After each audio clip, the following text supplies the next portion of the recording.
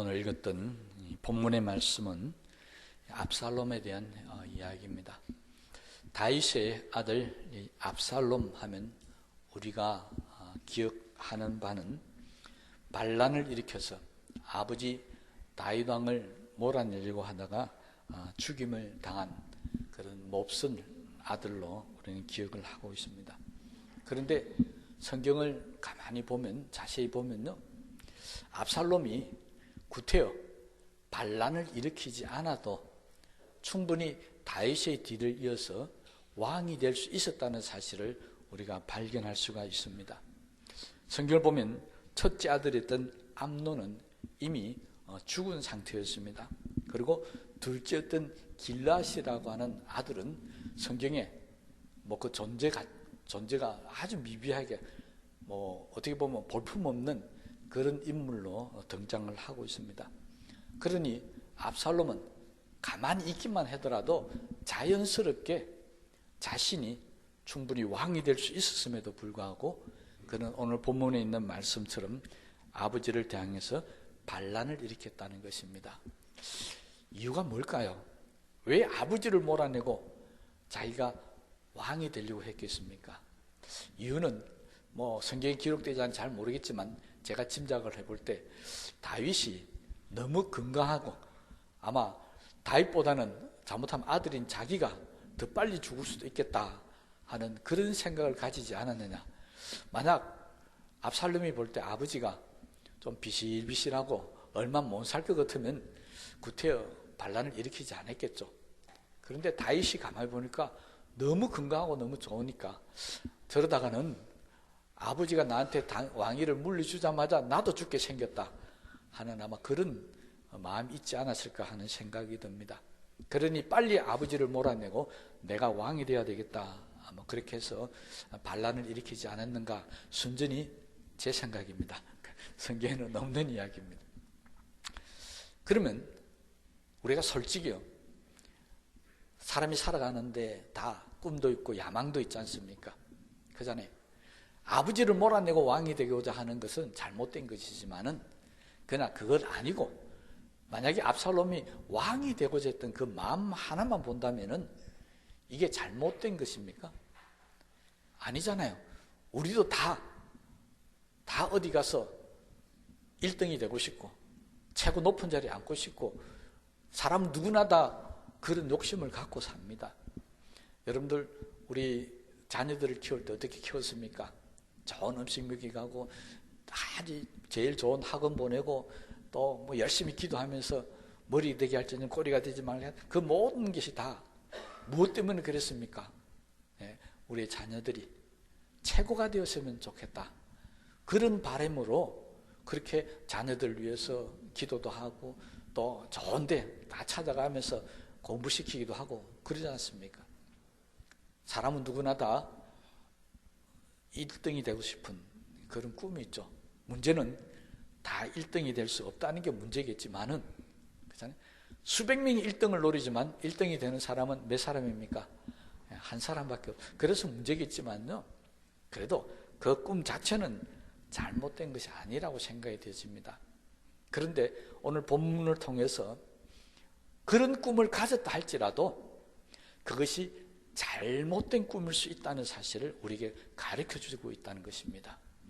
1등이 되고자 하고 왕이 되고자 하는 그 꿈은 나쁜 것은 아닌데, 문제는 그렇게 되고자 하는 그 사람의 마음이 잘못되어져 있으면 그것은 아니라는 것입니다. 압살롬은 무엇이 문제였냐니까요, 자기의 계획, 자기의 머리를 믿고 자기의 수단을 믿고 자기의 사람들을 끌어모았습니다. 그래서 반란을 일으켜야 되는데 오늘 마지막 말씀해 보니까 압살롬에게 돌아오는 백성이 많아지니라. 따르는 사람도 굉장히 많았다는 것입니다. 그런데 결과는 우리가 알다시피 실패해 버리고 맙니다. 왜? 다른 사람도 많았고 계획도 철저하게 세웠는데 실패해 버렸을까요? 그것은 압살롬은 하나님의 뜻을 어겨버렸다는 것입니다. 여러분, 이스라엘 왕은 실력이 있다고, 능력이 있다고, 잘났다고 이스라엘의 왕이 되는 것은 아니었습니다. 만약 그렇게 왕으로 뽑았더라면 다윗은 왕이 못 됩니다. 이스라엘의 왕은 어떻게 됩니까? 하나님께서 지명해서 이 사람에게 기름 부어서 왕으로 삼아라 하야만이, 그 사람만이 왕이 될 수 있는 겁니다. 사울 왕을 뽑을 때 어떻게 했다고요? 하나님께서 사무엘을 보내서 기름 부어서 왕으로 삼았습니다. 다윗을 어떻게 왕으로 삼았다고요? 똑같습니다. 선지자 사무엘을 보내서 기름 부어서 왕으로 삼았습니다. 이스라엘의 왕은 사람이 뽑는 게 아니었고 자기의 힘과 능력으로 되는 게 아니었습니다. 이스라엘의 왕은 반드시 하나님께서 기름 부어 주셔야만이 왕이 될 수 있다는 것입니다. 그런데 압살롬은 자기 스스로 왕이 되려고 계획도 잡고 노력을 많이 했다는 것입니다. 그리고 10절에 보면 헤브론에 가서 많은 사람들에게 내가 이곳에 왕이 되었다라고 선포하라고 그렇게 가르치고 있습니다. 무엇이 문제였을까요? 압살롬은 하나님의 뜻과는 아무 상관없이 자신의 수단과 방법으로만 높아지려고 했다는 것입니다. 여러분, 오늘날도 마찬가지입니다. 과학기처럼 발달하고 이 다윗의 시대보다는 얼마나 참 세상이 놀랍게 변했습니까? 지금 세상에는 정말 훌륭한 사람들이 많이 있습니다. 그런데 그렇게 똑똑하고 훌륭한 사람들이 많은데 왜 세상은 점점 악해가고 왜 우리는 점점 살기가 힘들어져 갈까요? 여러분, 똑똑한 사람들의 대표적인 정치인들, 의사, 변호사, 법관들, 경제계 거물들, 그런 사람들이 다윗이 살던 시대보다 지금 훨씬 더 많습니다. 문명이나 과학이나 이런 것뿐만이 아니라 사람들의 어떤 인물 됨됨이도 그 시대보다는 지금 세상이 훨씬 더 똑똑하고 잘난 사람이 많은 세상입니다. 그런데 세상은 점점 악해져 가고 점점 살기 힘들어져 갑니다. 왜 그럴까요? 의사가 되고 법관이 되고 국회의원이 되고 하는 많은 사람들의 마음속에 압살롬과 같이 자기 뜻대로 하려고 하는 마음으로 가득 차져 있기 때문에 그렇습니다. 그들 마음속에 하나님의 마음이 없다는 것입니다. 하나님의 뜻을 헤아리는 마음이 없다는 것이죠. 만약 그들 마음속에 다윗처럼 하나님의 마음을 헤아리는 사람들이 있다고 한다면 세상은 이렇게 되지는 않을 것입니다. 세상 사람들만 그렇습니까? 예수 믿는 저와 여러분들 마음속에도 압살롬처럼 모두가 다 자기 생각대로, 자기 계획대로, 자기 뜻대로 하는 마음이 가득 차져 있어요. 이게 문제를 일으키는 겁니다. 그러므로 우리는요, 의사가 되느니 국회의원이 되느니 경제계 유명한 건물이 되느니 이게 중요한 게 아니고요. 우리는 우리 마음속에 하나님의 뜻을 품고 있느냐, 하나님께서 나를 인정해 주시느냐 안 하느냐, 이것이 훨씬 더 중요하다는 사실을 깨닫게 되시기를 바랍니다.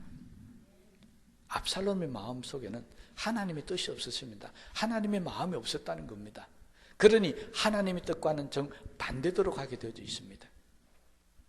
여러분, 하나님의 뜻, 하나님의 마음, 성경에 표시된 가장 첫 번째가 뭐냐니까 하나님은 사람을 살리신다는 겁니다. 예수님이 왜 이 땅에 오셨습니까? 우리를 살리시기 위해서였습니다. 예수님이 죽어가는 병든 자를 왜 고쳐주십니까? 살리시기 위해서입니다. 하나님의 뜻은 가장 기본적인 것이 살리시는 것입니다. 그러면 하나님의 뜻 반대는 뭐겠습니까? 죽이는 것이죠. 압살롬은 하나님의 뜻을 품지 못했기 때문에 그는 하나님의 뜻과 반대되어서 자기 계획대로 왕이 되고자 하면서 그가 제일 먼저 행했던 것이 자기 형제들을 죽이는 것이었습니다. 하나님의 뜻과 반대되는 사람의 특징이 뭐라고요? 죽이는 것입니다. 하나님의 마음을 품고 사는 사람들은 살리는 것이라는 겁니다. 이것이 다윗과 압살롬의 차이였습니다. 압살롬은 하나님의 마음을 생각하지 않았습니다. 그래서 자기 뜻을 이루기 위해서 군사를 모으고 계획을 짜고 자기가 왕이 되었다고 했지만 그러나 실패해버리고 말았습니다. 여러분, 압살롬만 그런 게 아닙니다. 세상 사람만 그런 게 아니라는 겁니다. 교회 안에서 하나님을 믿고 사는 사람들도 하나님의 뜻이나 하나님의 마음과는 상관없이 자기 뜻대로, 자기 계획대로, 자기 능력과 지식과 자기의 모든 것을 쏟아가면서 자기 뜻을 이루려고 하는 그런 사람들이 많이 있다는 것입니다. 그러다 보면 그런 사람들이 추구하는 게 있습니다. 사람들로부터 인정받고 칭찬받기를 원한다는 것입니다. 압살롬이 그랬죠. 압살롬은 하나님이 그 마음이 없었기 때문에 사람들로부터 칭찬을 받아야 되고 사람들로부터 인정을 받아야 했었습니다. 실제로 압살롬은 많은 백성들이 압살롬을 따랐던 이유가 성경에 기록이 되어져 있습니다. 여러분, 사무엘하 14장 25절 말씀을 보면 이스라엘 사람들이 압살롬을 보면서 뭐라고 평가했느냐니까, 온 이스라엘 가운데 압살롬같이 아름다움으로 크게 칭찬받는 자가 없었으니 그는 발바닥부터 정수리까지 흠이 없음이러라. 뭐라고 평가했다고요? 아름다움이, 사람의 눈으로 볼 때 압살롬은 너무 아름다워서 발끝부터 머리끝까지 흠이 하나도 없었다는 것입니다. 얼마나 잘생겼는지 어떤지는 사진이 없어서 잘 모르겠습니다. 그러니 사람들은 압살롬의 외모만 보고도 빠져서 그를 칭찬하기 시작했다는 것입니다. 그러면 다윗은요? 여러분, 성경에 보면 다윗도 사실은 압살롬 못지않게 사람들로부터 칭찬받았습니다. 사무엘상 16장 12절 말씀을 보면 다윗에 대해서 성경은 이렇게 기록하고 있습니다. 빛이 붉고 눈이 빼어나고 얼굴이 아름답더라. 결국 압살롬이 이렇게 잘생긴 이유는 누구 때문이겠습니까? 네, 아버지 닮아서 그렇죠. 여러분, 혹시 내 눈이 좀 작다, 뭐 코가 조금 어떻다, 그거 그렇게 원망하지 마십시오. 다 누구 닮았다고요? 엄마이면 아빠 닮았습니다. 어쩔 수 없습니다. 그런데 똑같이 이들은 다윗도 그렇고 압살롬도 그렇고 잘생겼다고 칭찬을 받았는데 다른 점이 하나 있었습니다. 그것은 다윗은 하나님으로부터도 칭찬을 받았다는 것입니다. 하나님이 다윗을 어떻게 칭찬했다고요? 다윗은 내 마음에 꼭 합한 자, 꼭 드는 사람이다. 압살롬은 전혀 그런 이야기가 없습니다. 오히려 하나님 마음을 힘들게 해버렸다는 것입니다. 여러분, 우리 마음에 하나님의 마음이 담겨져 있어야만이 그 사람이 하나님으로부터 인정받고 칭찬받습니다. 눈이 좀 작아도, 코가 좀 낮아도, 얼굴이 좀 삐뚤어져도 마음에 하나님이 있는 사람이 하나님의 칭찬받고 인정받는 것이지, 압살롬처럼 머리부터 발끝까지 아무리 잘생겨도 그 마음에 하나님의 마음이 없는 사람은 하나님이 아름답다고 인정하지 않는다는 것입니다. 제가 얼마 전에 우리 최 선생님 너무 이쁘다고 제가 칭찬을 했는데, 그게 옷을 이쁘게 입고 얼굴이 이쁘다고 칭찬한 거 아닙니다. 뭐가 더 이쁘겠습니까? 대답 잘 하셔야 됩니다. 마음이, 제가 볼 때 마음이 더 이쁜 것 같아요. 그러니까 더 이쁘게 보이는 거예요. 여러분, 아무리 잘생겨도요, 마음이 악한 사람은요, 왠지 모르게 그 잘생긴 걸 안 보이고, 흔히 우리가 하는 이야기가 있습니다. 밉상은 잘생기기는 잘생기는데 뭐 한다고요? 네, 밉다는 겁니다. 여러분, 사람이요, 항상 내가 어떻게 생겼느냐에 관심을 많이 갖고 있는데, 우리 예수 믿는 사람들은 내가 어떻게 생겼느냐 관심 가지지 마시고, 내 마음에 하나님의 마음이 있는지, 내가 정말 하나님의 뜻대로 살고 있는지를 먼저 돌아보시기 바랍니다. 그 마음이 하나님 보실 때 이뻐야 한다는 것입니다. 그런데 아버지를 몰아내려고 하는 아들의 마음이 이쁘겠습니까? 믿겠습니까? 말 안 해도 알지 않습니까? 우리가 하나님 앞에서 정말 이쁜 마음을 가져야 우리는 사람을 죽이려고 안 합니다. 사람을 살리려고 한다는 것입니다. 왜 자꾸 하나님께서 우리 속에 하나님 뜻을 가고 하나님 마음을 가지라 하느냐? 골리앗처럼, 아니 압살롬처럼 사람을 죽이려고 하는 사람 되지 말고 다윗처럼 사람을 살리려고 하는 사람이 되어져야 한다는 것입니다. 금방 제가 골리앗이라고 했는데 골리앗을 예를 한번 들어봅시다. 골리앗은 얼마나 기골이 장대한 사람이었습니까? 모두가 두려워서 숨어버렸습니다. 그때 다윗이 나서죠. 그리고 물맷돌로 쓰러뜨려 버립니다. 왜 다윗이 나가서 골리앗을 쓰러뜨리겠습니까? 자기가 왕의 사위가 되기 위해서요? 자기가 다음 왕이 되기 위해서요? 아니었습니다. 다윗의 목적은 골리앗 앞에 벌벌 떨고 있는 이스라엘 백성들을 구하기 위해서였습니다. 자신이 골리앗을 쓰러뜨리지 못하면 골리앗 때문에 이스라엘 백성들이 죽게 되었던 것입니다. 그래서 다윗이 나서서 죽을 수밖에 없었던 이스라엘을 다시 살리신 겁니다. 다윗은 사람을 살리려고 하는 마음을 갖고 있다 보니까 겁이 없어져 버렸습니다. 그리고 그는 당당하게 창칼을 들고 있는 거대한 장수 골리앗 앞에 물맷돌 5개를 쥐고 나갔습니다. 이게 다윗이 가지고 있는 무기였습니다. 그런데 진짜 무기는, 다윗이 가지고 있던 진짜 무기는 물맷돌이 아니었습니다. 다윗이 가지고 있었던 진짜 무기는 그 마음속에 역사하는 하나님이었습니다. 다윗이 나갈 때 너무나도 유명한 이야기를 하죠. 너는 칼과 단창으로 내게 나오거니와 나는 만군의 여호와 이름으로 내게 가노라. 그 마음에 하나님이 역사하고 있었다는 것입니다. 이게 진짜 무기입니다. 저와 여러분이 가져야 될 진짜 무기가, 능력과 내가 세상 살아가는 힘은 하나님이시라는 것을 다시 한번 깨닫게 되게 되시기를 바랍니다. 그렇다면 가진 것 없다고 좌절할 필요가 없습니다. 능력이 없어도 괜찮습니다. 돈이 없어도 괜찮습니다. 지식이 없어도 괜찮습니다. 그런 거 없어도 얼마든지 이 땅을 살아가면서 행복한 삶을 살 수 있고 최고의 삶을 살 수도 있습니다. 그 마음에 하나님이 계시면요.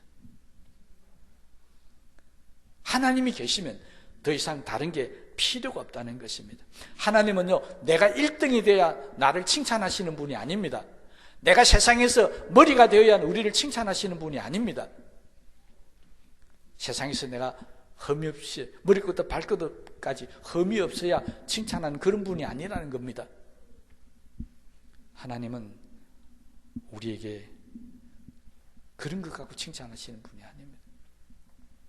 우리 마음속에 하나님을 모시면서 오직 하나님만 믿고 사는 사람, 그런 사람을 하나님이 칭찬하시고 도우시는 것입니다.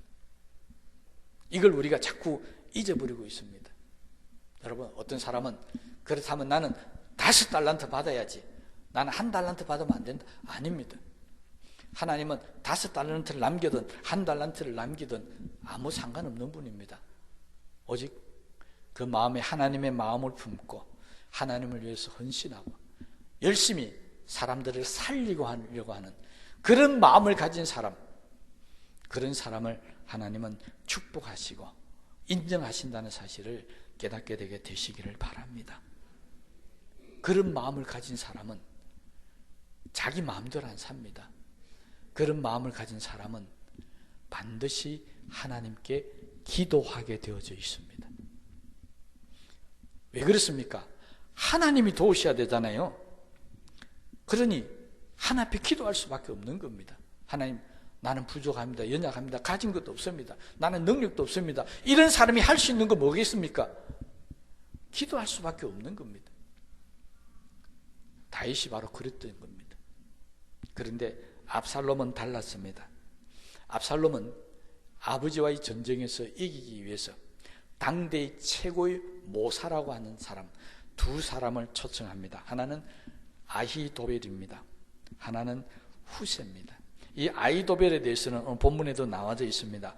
아히도벨은 어떤 사람이냐 하니까 바로 다윗의 모사라고 그랬습니다. 그러니까 다윗을 위해서 전쟁 전략을 짜고 다윗이 승리하기 위해서 온갖 계략을 짜는 사람이 아히도벨입니다. 그런데 이 아히도벨을 압살롬이 어떻게 유혹했는지 꼬셨는지 모르지만 자기 편으로 끌어들여서 아버지 다윗을 이기기 위한 방법을 묻습니다. 그때 아히도벨은 지금 다윗이 정신이 없을 테니까 지금 공격하면 다윗을 쓰러뜨리고 이길 수 있으니까 지금 공격해야 합니다라고 이야기합니다. 그런데 또 다른 모사가 있던 후세는 다른 이야기를 합니다. 아닙니다.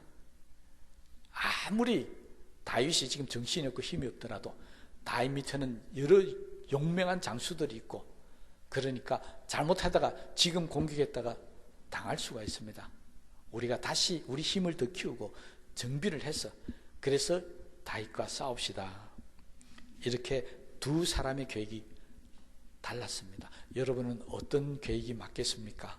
누구의 말을 따르겠습니까? 상을 잘 모르니까 대답을 못하시는데 성경에 보면 압살롬은 후세의 이야기를 따릅니다. 그래서 다시 정비하는 시간을 가지는 동안에 다윗이 정신을 차리고 완전히 정비해서 결국은 시간을 끌은 덕에 다윗이 승리하게 됩니다. 만약 아히도벨의 계획을 따랐더라면 압살롬이 왕이 되어서 역사가 바뀌어졌는지도 모릅니다. 그런데 이때 다윗이 한 행동이 사무엘하 15장 31절에 기록이 되어 있습니다. 이 위급한 상에 다윗이 이르되 여호와여 원하옵건대 아히도벨의 모략을 어리석게 하옵소서 하니라. 다윗이 뭘 걱정했냐니까 자기 밑에 있는 이 아히도벨이 얼마나 유능한 모략가라는 것을 잘 알고 있었습니다. 그런데 이 사람이 아들 압살롬 편으로 넘어갔으니까 만약 이 사람 계획대로라면 나는 지게 되어져 있다. 그래서 그는 하나 앞에 기도했다는 겁니다. 아히도벨의 묘락이 허사가 되게 해달라고요. 하나님은 이 다윗의 기도를 들으시고 압살롬이 아히도벨의 의견을 따르지 않고 후세의 의견을 따르도록 하셨다는 것입니다. 그럼 압살롬이 후세의 의견을 따랐던 것은 누구 때문이었습니까? 하나님이 역사하신 겁니다. 왜 하나님이 역사하셨습니까? 다윗이 기도했기 때문입니다. 다윗과 압살롬의 차이는 여기서 또 드러납니다. 다윗은 절대절명의 순간에 그는 선택한 것이 하나 앞에 기도였습니다. 아들 압살롬은 철의 찬스에 그가 선택했던 것은 바로 사람의 조언이었습니다. 사람의 말을 듣기를 원했다는 것입니다. 압살롬은 기도하려고 하지 않았습니다. 다윗은 기도해서 하나님의 음성을 듣기를 원했었습니다. 차이가 뭔 줄 아십니까? 하나는 하나님을 의지하려고 했다는 것이고 하나는 자신의 판단으로 자신의 지혜로 판단하려고 했다는 것이 다른 것입니다. 성경은 우리에게 분명히 이야기하고 있습니다. 하나님을 믿고 의지하면서 기도하는 사람은 승리하게 될 것이고 하나님이 주시는 복을 누리게 될 것이지만 자기의 지혜를 믿고 자기의 수단이나 방법을 가지고 사례를 분별하고 판단하는 인생은 세상 사람들과 같이 판단하고 같이 노력하는 사람들에게는 승리하고 또 머리가 될지 모르지만은 만약에 기도하는 사람과 판단하는 사람이 둘이 붙으면 성경은 기도하는 사람이 이긴다는 것입니다. 우리 이거 아셔야 됩니다. 세상에는 판단하는 사람이 너무 많습니다. 이게 옳다 저게 옳다. 우리는 그렇게 살아가는 사람들이 아닙니다. 우리는 판단하는 것이 아니라 내 모든 삶을 하나님께 내어 맡기고, 하나님 어떻게 하면 좋겠습니까? 하나님의 뜻을 물어 사는 사람들이 바로 우리 예수 믿는 사람들입니다. 그래서 성경은 인생의 최고의 삶을 살 수 있는 사람, 복되게 살 수 있는 사람은 바로 기도하는 사람이라고 우리에게 말씀하고 있습니다. 여러분, 다시 한번 나는 어떤 사람인가를 돌아보십시다. 나는 판단하며 사는 사람입니까? 하나님을 믿고 의지하면서 기도하며 사는 사람입니까? 이것이 다윗과 압살롬의 차이였고, 이것이 승리하느냐 실패하느냐의 차이였다면 우리도 다윗처럼 살아야 될 줄로 믿습니다. 우리 분명히 이거 믿으십시다. 기도하는 사람 앞에는 지식도 소용이 없다. 인간의 권세도 소용이 없고, 명예도 소용이 없고, 인간의 모든 학식도 다 소용이 없다. 왜 그렇다고요? 기도하면 하나님이 도우시기 때문에. 이 세상 그 누구도 대적할 수 없으며, 이 세상 그 어떤 무기도 하나님을 이길 수 없다는 사실, 이거 우리 확실히 믿게 되시기를 바랍니다. 여러분, 기도하는 사람 앞에는 아무것도 소용없습니다. 다 넘어지고 다 쓰러질 수밖에 없습니다. 뭐 때문이라고요? 하나님이 도우시기 때문에 그렇습니다. 오늘 설교 제목이 하나님이 돕는 사람이 됩시다입니다.